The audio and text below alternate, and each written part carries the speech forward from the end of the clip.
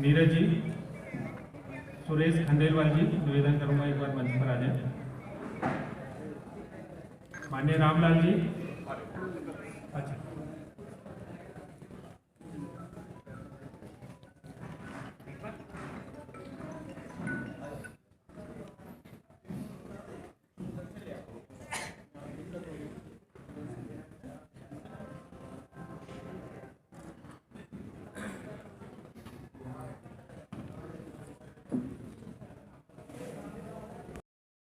이금은 꿈르라주 꿈르라주 무릎은 이금은 꿈르라주 꿈르라주 무릎은 이금은 꿈르라주 꿈르라주 무릎은 이금은 꿈르라주। कहना जाते जाते उसके बेटे ने कई दिनों में इनकलाब की भावनाओं का बीज बोया। खुश हो जा मां, आज तेरा बेटा पहली बार वक्त पे सोया। मां को रोका सुन पिताजी भी बाहर आएंगे, देखकर अपने बेटे को ऐसा वो भी बिखर जाएंगे। तब जाकर कहना उनसे कि मैंने ये इसलिए किया था कि हमेशा ऊंचा मेरे देश का मान छीन लिया उनके बुढ़ापे का सहारा, ताकि देश मेरा जवान रहे। मेरे छोटे भाई से कहना कि मां को सवाल यहां आंसू बहा रही है, तो दूसरी मां उसे सरहद पे बुला रही है। उसे एक मां के दूध का कर्ज भी चुकाना है और दूसरे मां के लिए फर्ज भी।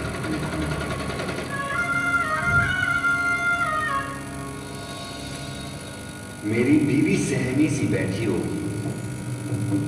अब हमारे साथ हैं दिल्ली सेवा भारती महामंत्री श्री राम कुमार जी।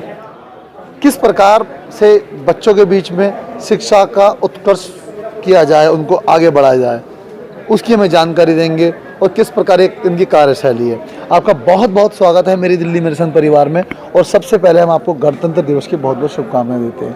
राम कुमार जी, तो क्या कहना चाहेंगे इस पावन पर्व पर? आपको भी बहुत बहुत शुभकामनाएं। ये 72वां अपना गणतंत्र दिवस हम लोग आज देश मना रहा है और समाज का वह वर्ग जिसके बारे में वास्तव में समाज को चिंता करनी चाहिए और जो सामान्य समाज से अभी विपरीत परिस्थितियों में रह रहा है, गिरी कंदराओं में रहता है, जंगलों में रहता है और शहरों में भी रहता है, तो नालों के किनारे, नहरों के किनारे या फिर रेलवे लाइन के किनारे, ऐसे परिवारों में भी होनहार बच्चे हो सकते हैं।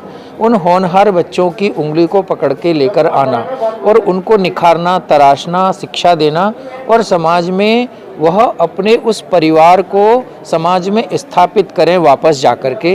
इस दृष्टि से ऐसे सेवा धाम के अंदर, ऐसे ही सेवा धाम के साथ साथ हमारा गोपाल धाम, वजीराबाद छात्रावास, ऐसे बालवाड़ियों के केंद्र अपने सारी दिल्ली के अंदर चलते हैं।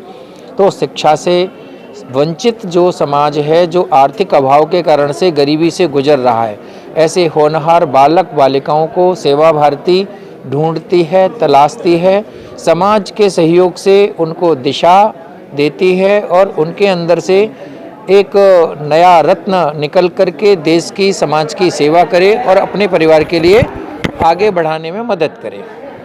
सर, ये बच्चे जब आप लेके आते हैं तो बच्चों को शुरू में अजीब लगता होगा, तो आपको कैसे उसको आप वो करते हैं? यहाँ पर हमारे यहाँ पर परिवार का भाव रहता है। सबसे पहली बात है कि बच्चे को अपने घर से दूर होने का एहसास समाप्त करना है, तो हमको अपने बच्चों को अपनापन देना है। जैसे मैं अपने बेटे और अपनी बेटी के लिए व्यवहार करता हूँ, हमारे सभी कार्यकर्ता इन बच्चों के साथ माता पिता वाला व्यवहार करते हैं, सुख दुख के साथ ही रहते हैं और यहाँ के प्रेम में इतना ज़्यादा घुल जाते हैं, उन्हें घर की याद ही नहीं आती। अक्सर कहा जाता है हमारी संस्कृति में राम से बड़ा राम का नाम, लेकिन आज इन्होंने अपने नाम को ही सार्थक कर दिया। जिस प्रकार पूरा विश्व भगवान राम राज्य की कल्पना करता है, ये अपने नाम के साथ बिल्कुल राम राज्य को स्थापित करने वाले ऐसे जो मासूम देवीय रूप हैं उनको आगे बढ़ा रहे हैं। हम इनका बहुत बहुत धन्यवाद। सेवा भारती गोपाल धाम की प्रबंधकीय जिम्मेदारी है, किस प्रकार ये संचालन करते हैं, किन किन समस्याओं का सामना करना पड़ता है इनको, और कैसे बच्चों के बीच फिर भी अपनी एक परिस्थितियों में डटे रहते हैं, हम इनसे जानेंगे। सर, स्वागत है आपका मेरी दिल्ली मेरी शान की खास रिपोर्ट में। आज को सबसे पहले आपको गणतंत्र दिवस की बहुत बहुत शुभकामनाएं। आपको भी बहुत बहुत शुभकामनाएं। आपकी टीम में बहुत अच्छा काम कर रही है, उसकी भी आपको हार्दिक शुभकामनाएं मेरे और मेरे बच्चों की ओर से। मेरे पास पहली से 5वीं तक के बच्चे हैं। ऐसे बच्चे हैं, 4 प्रकार के बच्चे हमारे पास होते हैं, या तो जिनके माँ बाप नहीं है लेकिन वो अभिभावक ज़रूर है, चाचा मामा ताऊ कोई भी हो सकता है। दूसरा वो बच्चे हैं जिनकी माताएं हैं, पिता नहीं है और बच्चे पालने में सक्षम नहीं है माताएं, वो बच्चे भी हैं। तीसरा जो है वो बच्चे हैं जो के पिता है माता नहीं है और पालने में सक्षम नहीं है, उनको भी हम रखते हैं अपने पास। चौथे प्रकार के बच्चे जो है इंटीरियर से, आदिवासी क्षेत्र से आते हैं, जिनके माँ बाप तो हैं लेकिन उन बच्चों ने सड़क नहीं देखी होती, बिजली नहीं देखी होती, मकान नहीं देखे होते, रेल नहीं देखी होती, ऐसे बच्चे भी हमारे पास आते हैं। उन सब बच्चों को हम जो है शिक्षा दीक्षा सब देते हैं, रहना खाना पीना और अपना पहली से 5वीं तक की पढ़ाई।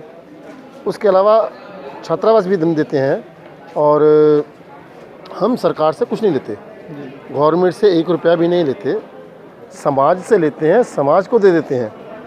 समाज का कार्य समाज के लिए, समाज के द्वारा। हाँ, मतलब हम तो सेतु का काम करते हैं, पुल का काम करते हैं।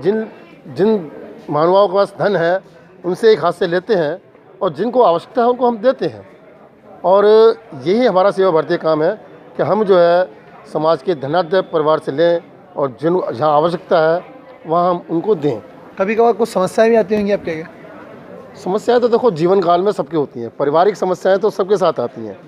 परिवार के अंदर जो समस्याएं आती हैं उससे ज़्यादा समस्या हमारे पास आती हैं। कई बार ऐसा होता है कि जो बच्चे हमारे पास रह रहे होते हैं वो माँ बाप को भूल चुके होते हैं, लेकिन कभी कभी किसी के माँ बाप मिलने आते हैं ना, छोटे बच्चे होने के बाद इतने भावुक हो जाते हैं कि वो 2 दिन 3 दिन तक जो है उनकी याद करते हैं और फिर और बच्चों को भी, मतलब वो हमारे पास बड़ा रहता है कि उनको समझाना, उनको संभालना।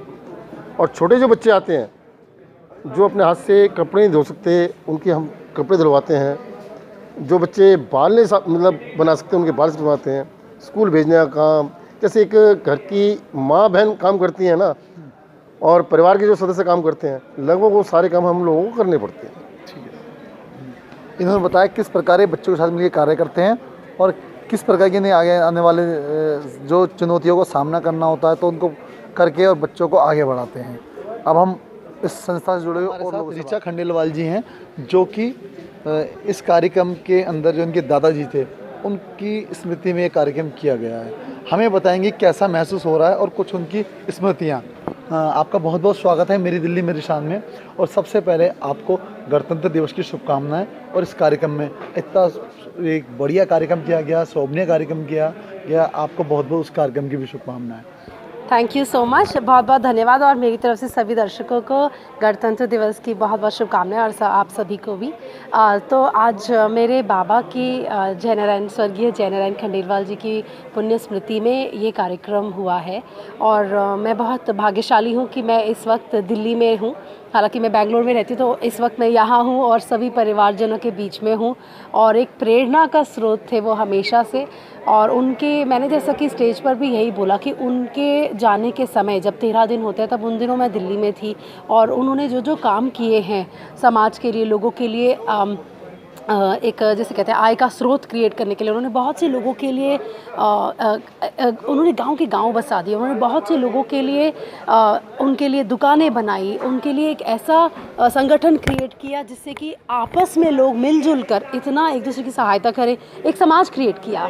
और आज उसी का फ़ायदा हम सभी को हो रहा है, उसी का लाभ हम सभी को हो रहा है। और उसी से प्रेरित होकर मैंने भी एक संस्था शुरू की है जिसका नाम है नारायणास आत्मनिर्भर भारत फाउंडेशन।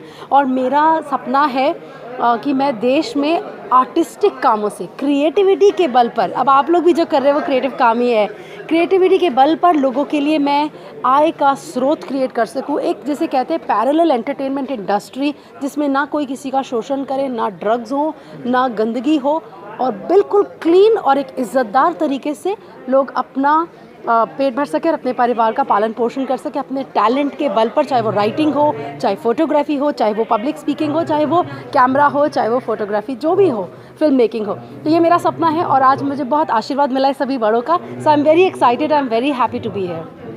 ये थी ऋचा जी। हमें बड़ी खुशी हुई कि ऋचा जी एक जर्नलिस्ट भी रही हैं और हमारे परिवार की हैं, तो हमें बहुत बहुत हम इनके लिए शुभकामनाएं देते हैं। मेरी दिल्ली मेरे शान परिवार हमेशा इनके साथ है और जो भी ये कार्य करेंगी हम आप तक ज़रूर लेके आएंगे। मैं गोपाल राजपूत करण, पवित्र। अब इस वक्त हमारे साथ जाने माने समाज सेवी ताराचंद तायल जी हैं, जो इस कार्यक्रम के अंदर ये मान लीजिए कर्णधार हैं और इन्हें सम्मानित भी किया गया है। कैसा महसूस होता है सर आपको समाज के बीच में एक सब कार्य करते हैं? सबसे पहले तो मैं आज गणतंत्र दिवस की सभी को शुभकामनाएं देना चाहूँगा और आज अपने हृदय से क्या बताऊं इन छात्रों को देख के, क्यों मैं नॉर्थ ईस्ट का रहने वाला आदमी हूँ जी, इसलिए मैंने वहाँ की व्यवस्था देखी हुई है और यहाँ जो बच्चे विद्याधाम विद्यालय के थ्रू पढ़ाए जाते हैं, जो संस्कृति दी जाती है, आज सभी ने देखा होगा, आश्चर्यजनक थी। जिनको हिंदी इंग्लिश एक शब्द भी नहीं आता था, वो यहाँ आके संस्कृत में बताते हैं और भारतीय संस्कृति का क्या सम्मान देते हैं, उसको देख के आप ज़रा आश्चर्य तो जरूर समझिए। आप नॉर्थ ईस्ट में कभी गए होंगे या जाएंगे तो आपको महसूस होगा वहाँ का कैसा वातावरण है। वहाँ के लोग थोड़े भी यानी अपने आप को भारतीय हिंदुस्तान से जुड़े हुए नहीं समझते थे। केवल एक विद्याधाम मंदिर की वजह से आज इतने स्टूडेंट हैं, नॉर्थ ईस्टर्न जोन के इनमें ज़्यादा है, जो आज हम राष्ट्र के लिए एक अपना वो समझ सकते हैं, जिम्मेदारी निभा रहे हैं अभिभावक की। हाँ, अभिभावकों की। और मेरे को ऐसा लग रहा है ऐसे विद्याधाम जैसे हमारे कई विद्यालय बने और मैं आशा करता हूँ इसमें मेरा पूरा सहयोग बनेगा। ये थे हमारे साथ ताराचंद तायल जी। दो शब्द अब हमारे साथ और सहयोगी हैं, कुछ बताएंगे। कैसा सर महसूस होता है आपको बच्चों के बीच में रहते हैं? बहुत बढ़िया जी, बहुत बढ़िया।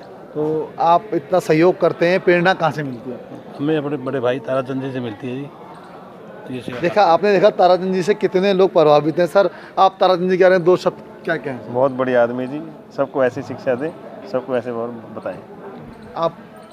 तो ये थे हमारे साथ जो ये कह सकते हैं समाज के अभिभावक, या ये कहें कि आज के युग के दानवीर कर्ण, जिनसे कि हमारा समाज नियमित रूप से आगे बढ़ रहा है और शिक्षा का जो वृक्ष है एक फल फूल रहा है सेवा भारती के रूप में।